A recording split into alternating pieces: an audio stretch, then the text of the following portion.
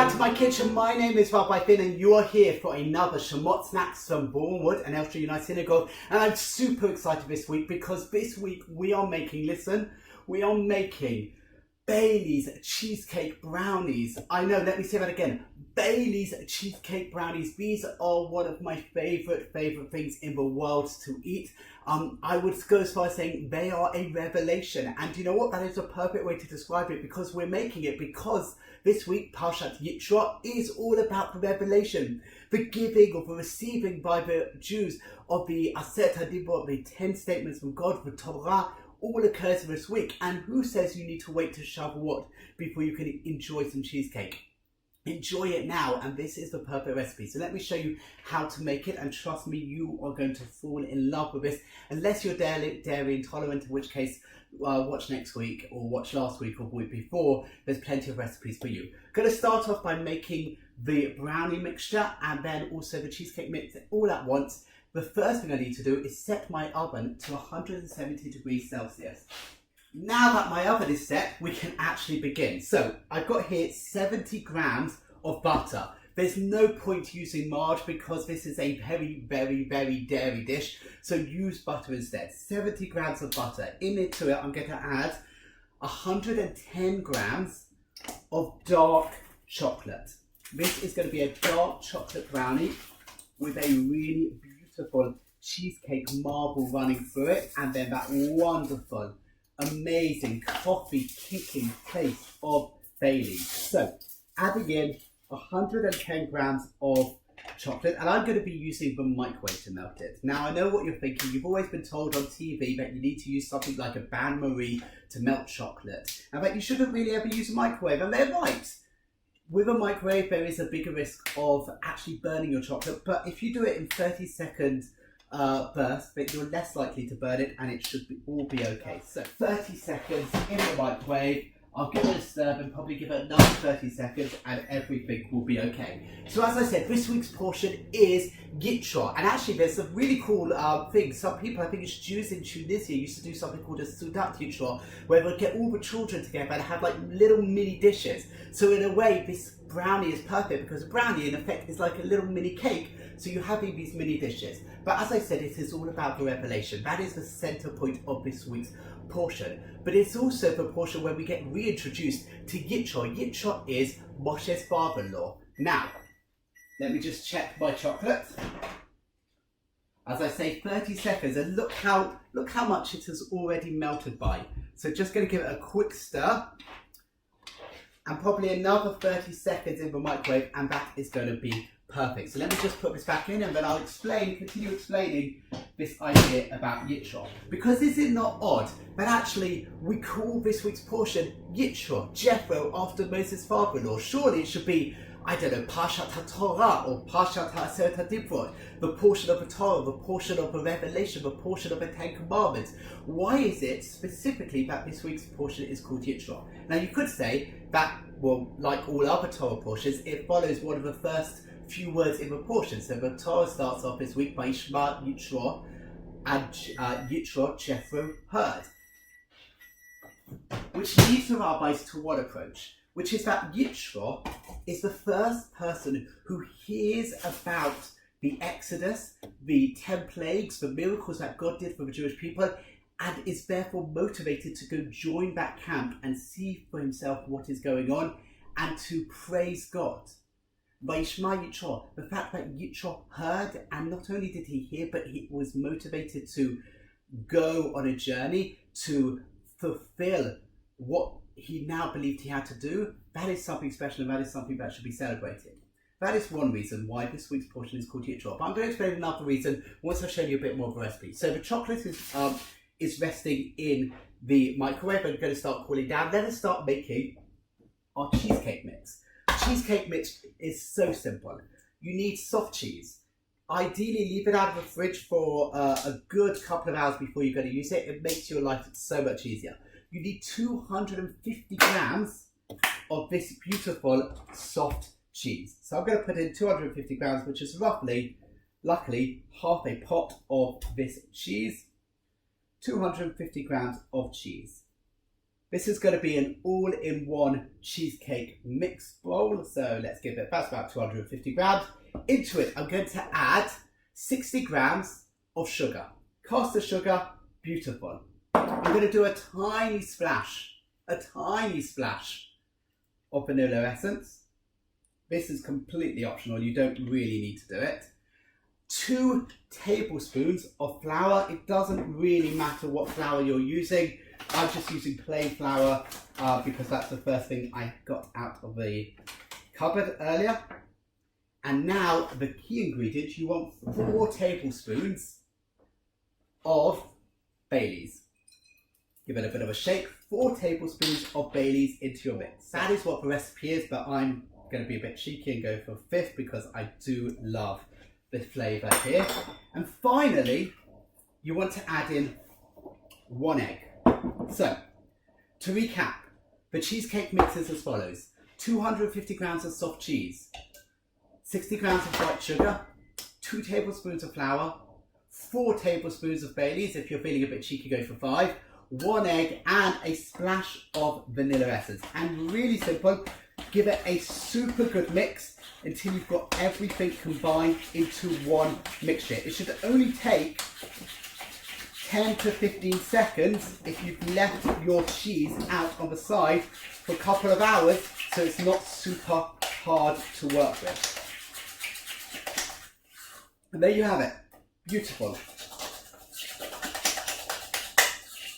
That is the cheesecake mixture done, which allows me to tell you about the second reason why I believe we focus our portion of revelation on Yitro, who is Moshe's father-in-law, not even a Jew. And actually, if you think about it, Yitro is even more of a conundrum because Yitro arrives when? After the revelation. If you look inside the Torah, Yitro misses the revelation. He misses the giving of the Torah. It's incredible. He's basically like turning up to a wedding having missed the chuppah. Now, admittedly, he gets the reception, which is always the best part of a wedding, but ignore the analogy. He misses the giving of the Torah, and yet we still call the portion Yitro. Let me explain why. But as I'm doing, I want to be multitasking. So in a bowl, I'm going to add in 100 grams of brown sugar and 100 grams of caster sugar. I've already put it into a bowl and rubbed my hands through it to soften it all up. So 100 grams of brown sugar, 100 grams of white sugar, and 2 eggs. And what you want to do is start to whisk or beat the eggs and the sugar together. And this is going to take a couple of minutes, so as I'm doing it, I'm going to explain the other reason why I believe this week's portion focuses on Yitro. Because Yitro is amazing. As I mentioned before, he's not part of the children of Israel. He's Moses' father-in-law. And what happens is, he hears what's happened to the Jewish people, how they've been saved by God, and he comes along and he tells everybody who he meets in the camp, wow, you're so lucky. Look what God did for you. Look how God saved you. Now, this is important in this moment in Jewish history, because if you remember, as I was telling you in last week's portion, pretty much as soon as the Jewish people cross the Red Sea, they start complaining. And in fact, if you look in last week's portion, they complain on a number of occasions. When do they stop complaining? When Yitro arrives. Because suddenly they have an outsider who's telling them, wait a sec, think about it. You are the luckiest people alive. You were slaves to Pharaoh in Egypt. Your life was horrible and God saved you. Wow. And look at all these miracles around you. The manna that you're getting to eat. The fact that you are not dying in the desert. Wow, you are so lucky. And this causes the Jewish people to realize how lucky they are and to start counting their blessings. And it's really interesting because if you look forward in the Torah, when do the Jewish people start complaining again? What triggers them to start turning against Moshe, Aharon, and God again? When Yitro departs. Only once Yitro has left the camp do the complaints start again. And that is because the Jewish people lost that outsider perspective. They lost the person from the outside telling them how lucky they are, helping them focus on the blessings. How often do we become blind to the blessings in our lives? Do we just focus on the things which are going wrong? Perhaps we need to pretend a little bit like we are Yitro and take that outsider's perspective on our lives, because when we do so, our lives can become so much richer.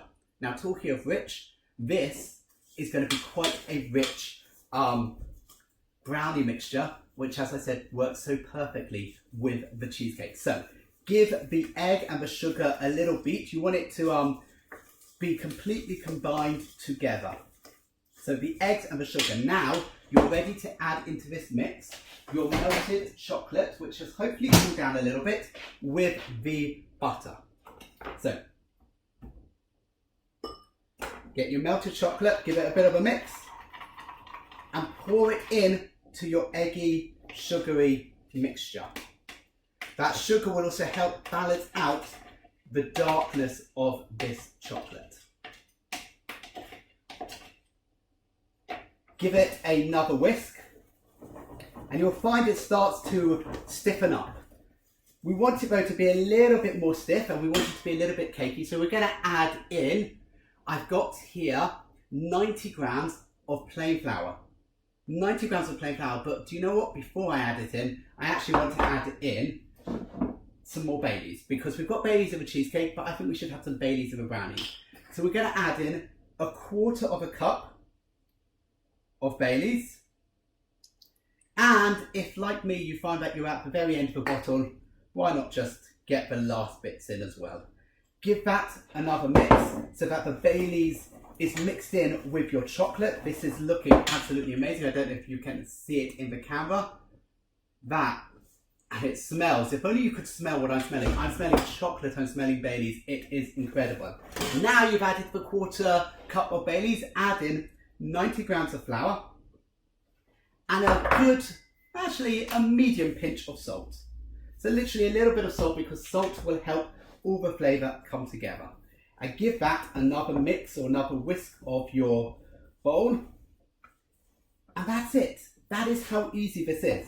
So you've added your melted chocolate and melted butter to 2 eggs, which have been whisked together with 200 grams of sugar in total, 100 brown, 100 white, and 90 grams of plain flour, and of course that 1/4 cup of Baileys. If you want to, you can add in a couple of teaspoons or tablespoons of cocoa powder, but because the chocolate that I've used is so dark and so rich, I've used 70% chocolate, I'm going to leave that out. Now, get a 9x9 tin. A 9x9 tin, and what you want to do is basically pour all of your brownie mixture into the tin. Once you've got it all out, scrape every last bit of it, because this is beautiful, tasty amazingness. You want to make sure that it's gone all over the bottom of your tin and it's covering everything. This is so good. Right, just spread it out. So you're pretty much covering most of it. Get your cheesecake mixture ready.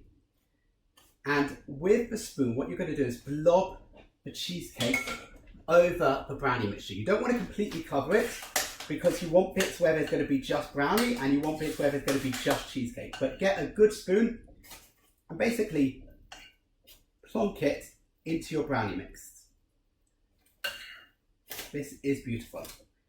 At the end, we're going to get a knife and we're going to spiral it through, but let's just get all of this cheesecake mix in. Cheesecake brownie mix. I don't know what could be better. Well, I do know one thing which is better is my salted caramel cheesecake. If you want to know how to make that, check the Bournemouth Facebook page. Go to around the time of May when it was Shemot, and there you will find my secret recipe for a salted caramel cheesecake. So there I've got it. My cheesecake is in here, my brownie mix is in here. The final thing I want to do is get my knife and just swirl it around so that you get some of the brownie mix into the cheesecake and some of the cheesecake mix into the brownie. So, beautiful. Absolutely stunningly good. I'm so looking forward to this. This is what it looks like now. Again, I hope you can see it. without spilling it too much, I'm going to put this in the oven. As I said, 170 degrees Celsius, that's the fan oven. I'm going to put it for between 35 and 40 minutes. You don't want it to be super runny, this brownie, otherwise it's just not going to set in the middle of a cheesecake. So you want it to be fairly cakey. It's going to be a fairly cakey brownie, but trust me, it's going to taste amazing. So here it is, my Bailey's cheesecake brownies. These are absolutely stunning. They've turned out amazingly. I can't wait to try one. The problem is I'm meaty at the moment, so I can't give it a go. But I'm so looking forward to breaking into here. This is the perfect Shabbat snack, a beautiful treat for Shabbat Yitro, to celebrate the revelation, to celebrate the giving of the 10 Commandments. Give this a go. Trust me, you're going to love it. Shabbat Shalom.